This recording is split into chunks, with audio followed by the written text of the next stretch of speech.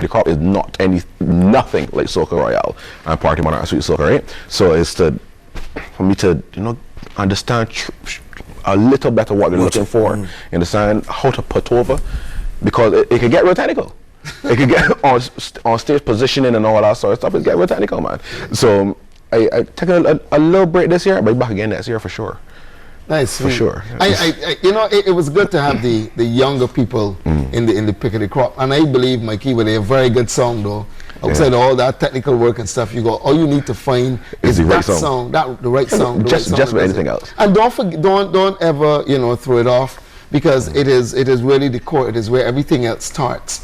That pick of the crop. And again, as I said, if people like you, and we've had Mikey, and I want to see Kurt Brown sing a pick of the crop song, something nice, and keep it alive and help the young people to understand that this is where you start. Yes, definitely. You know, pick of the crop. Years from now, you should be able to look at or listen to a pick of the crop song and be able to say, or this is exactly what was happening at this point in time. Exactly. In the country. So it's very, very important. I think it's extremely important to our culture. It's something that we should not forget, and I think it's something that we should enlighten the younger children to. In schools, even if it's once a week, allow somebody come in and talk about calypso, kaiso, and all that sort of stuff, and enlighten them to it. I've heard one song this year as a party song that has the best social commentary in it from Pick of the Crop and any. The song that was written by Mad for Ishaka McNeil, Water Shortage. When he spoke about what a shortage of indiscipline, what a shortage of this and that. And I am saying, Mikey, you can have a song like that has a real positive message, but at the same time is a roughneck party song. There's nothing wrong with it. Why is it that all of our party songs gotta be who drinking well? You see, people, well, for me, I sing about what I know, what I love. I ain't a big drinker. Right. So you don't sing drinks. I like going to a fete, meeting up with my old friends. Right. Crop over like Christmas. Because some people that you only see around that time. That's right. People that come in from, as I say, over and away. And it's a nice reunion. It's a big reunion for me. And we go, we enjoy ourselves, we have a ball. We walk up. Everything in moderation, understand? And we go forward. That's what crop over is for me. So that's what it's about. And just how I represent my brands, you understand, like Monster, Digicel, and Chafet and all them, I have to be able to live it. So whether in the fete, everybody knows that responsibility, boy. You understand?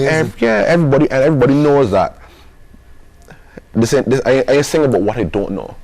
I don't get it. I be in it. Real thing, living, breathing it at all the major events. Started off, imagine that grass skirt crew shocking them from the first year. Yeah, man. Still working up. Enough bashment. So I gotta say kudos to you. You're in the tent again this year. Yes, the big show. Big show tent. Also in both competitions. Sweet. Team Mikey Charity still doing the thing. Yeah. He has a good heart. Still doing it, man. So you got the running on the walk. So two competitions. Are you ready for both? I am, very much so. See, man is the CEO. Man's in charge. Larger in charge. That's right.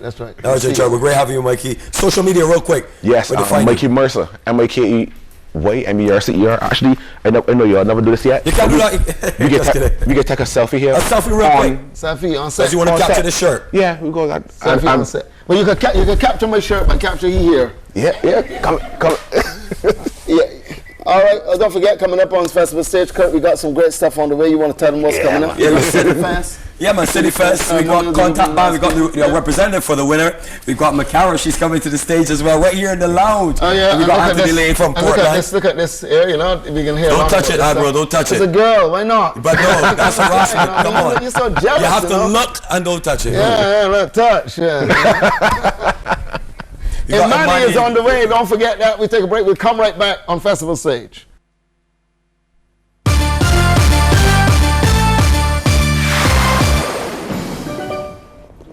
A very good afternoon to you. I'm Lisa Lord with the CBC News at noon. The Barbados Workers Union says the island has reached a new low in industrial relations and it is working to address a matter involving a local company that has cut employee salaries in half. Yesterday, dozens of workers from the JADA group of companies met with union officials after a number of drivers alleged they are being shortchanged under a proposed incentives system. Instead, Director of Industrial Relations at the BWU, Dwayne Paul, says drivers working for over $12 an hour before the agreement are now working for less than $6 an hour or under $5 per trip. He says workers are struggling daily in order to make ends meet. Union officials say after further discussions, they will determine their next move against the JADA Group, which is currently overseeing a multi-million-dollar sandals expansion project, which could be affected. It is a clear change of their payment terms without any form of notification, without any clear documentation, and it is disadvantageous to the workers.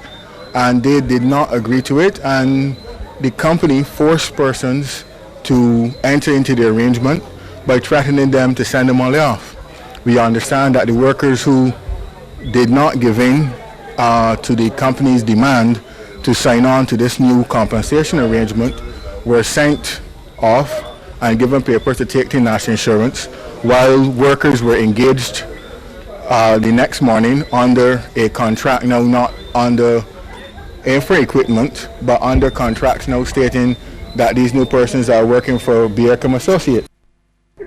Bridgetown will be transformed into a cultural hive of activity tomorrow as the historic city marks the 5th anniversary of its inscription on the UNESCO World Heritage List. Activities are slated to get underway around midday, with Independence Square being the focal point of the activity. There will be exhibitions of heritage artifacts and related products and services, and art, along with performances by popular artists, fashion shows, food and art, and craft displays.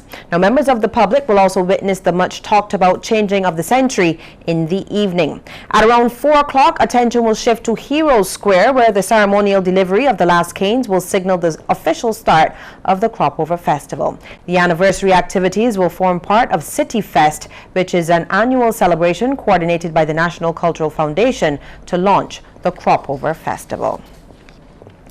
Well, a local sociologist is speaking out about books being sold here in Barbados that are exposing children to homosexuality. Dr. Veronica Evelyn says parents may have to pay closer attention to the books their children are reading.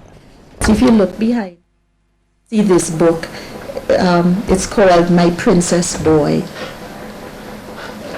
And that's being taught to children and read to children in schools. There's one, King and King, where this king is looking for a wife and finds none. He doesn't like anybody that comes to the palace. And then one princess comes with her brother, and it was love at first sight. He fell in love with the brother.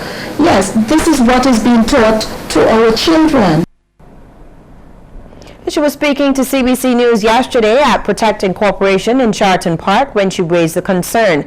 The sociologist also says there is a difference between same-sex attraction and homosexuality. That's why a lecture on gender identity and sexual orientation will be held at the Sanctuary Empowerment Center on Saturday at 3 in the afternoon to further clarify related issues. Ms. Evelyn says it is a contradiction to speak about reducing HIV and at the same time wanting to legalize same-sex marriages. If we are so interested in reducing the incidence of HIV and AIDS, how can we at the same time be so interested in decriminalizing buggery? It really is just, what do you call it? Huh? You throw a sprat to catch a whale. It's just a sprat to catch a whale. A call for greater attention to be given to the educational development of persons with special needs here in Barbados. It's coming from the Divisional Manager for Wines at Stanfield Scott and Company Limited, Rim Riley. Ms. Riley says over the years there has been some attempts to improve the care and opportunities for these individuals. However, in her view, this has fallen short. And her remarks came during a joint press conference at the Lloyd Erskine Sanford Center, launching the Study Caribbean Institute Summer Series of workshops. Ms. Riley says a more collective approach would solve the problem. If everybody would put in, would give that small contribution, will be much further than we are today. There is not enough that is being done for special needs. That's all I could say as a parent, but it is true in my 19 years in Barbados, I've seen improvement and development, but there's more people have to come together towards that aim. And Managing Director of the Student Center, Sheena Aline, says many special needs persons are unaware of the educational options available to them. She says the center will be bringing greater public awareness of the situation through their upcoming workshops. From our observation over 8 years of doing this business, that this is a group, when it comes to after secondary school, persons are not often aware of the post-secondary options available to them because they feel that there may not be any, or that there may not be any that are affordable. So we want to help change that mindset. Director of the Department of Constituency Empowerment, Sandra Greenidge, wants to see more spelling competitions organized across the country by constituency councils. According to her, these activities are beneficial as they help to promote literacy among children. And she was speaking on the sidelines of the City of Bridgetown Constituency Council's inaugural Spelling Bee competition held at the DLP's George Street headquarters. Now, only 3 primary schools participated in that competition, but in the end, the Wesley Hall Primary emerged victorious ahead of the Westbury Primary and St. Ambrose Primary, respectively.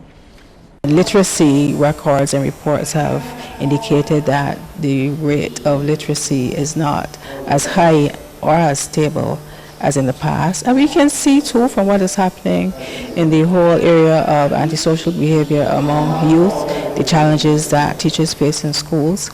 And therefore, this is a priceless effort if we can get dozens and scores of these taking place across the island. It would augur well for the youth.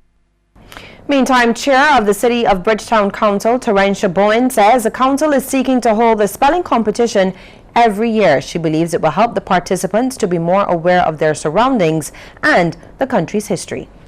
Basically, what I would hope the children would take from the spelling bee, some of the words that are in the competition is words within the city, you know, streets within the city, alleys within the city, certain buildings, historic buildings within the city that the children probably may not have known. So some of them, when they hear them, you know, like Settle Street, some children might probably say, where is Settle Street? You know, and then they will probably go home asking the parents, well, where is Settle Street? Where is Corey Street? You know, because there are some persons that live within the city, in the constituency, and some persons don't know the streets and the alleys.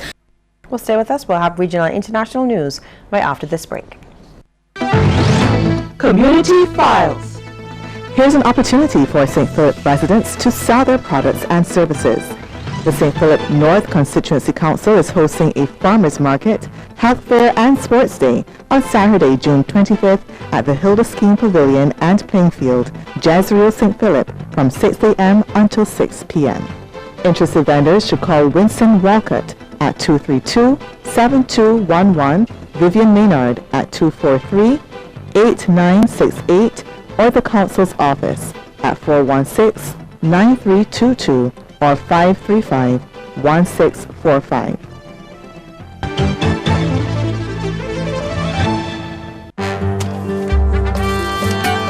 Rio de Janeiro. For the first time, the Olympics are coming to South America, and Rio is hosting the party. Witness the true test of perseverance, determination, commitment, and teamwork. CBC is giving you all the access to the action of Rio 2016. CBC is an official broadcast partner of the Rio 2016 Summer Olympic Games. It's on, we're in! CBC is streaming Cropover 2016 live. Enjoy the color, the excitement, and the spirit of the Barbados Cropover Festival. Join CBC and celebrate your culture as we showcase our pride. Simply log on to www.cbc.bb to view your favorite event. Soca Royale, Pickety Crop Finals, Grand Kadooment, and so much more. You can watch the sweetest summer festival from anywhere. Simply log on to www.cbc.bb. With CBC, Cropover is only a click away. CBC, your link to the festival. Regional stories now. The first flight loaded with food and other supplies from Trinidad and Tobago has arrived in Venezuela. It flew out of Port of Spain yesterday. The food and personal essentials come as Venezuela struggles with food shortages, political chaos, and social unrest. The first military plane was loaded with chicken and white rice. Other supplies, including toilet paper, bath and washing soap, margarine, and flour, are to be shuttled over today and tomorrow in 8 other plane loads.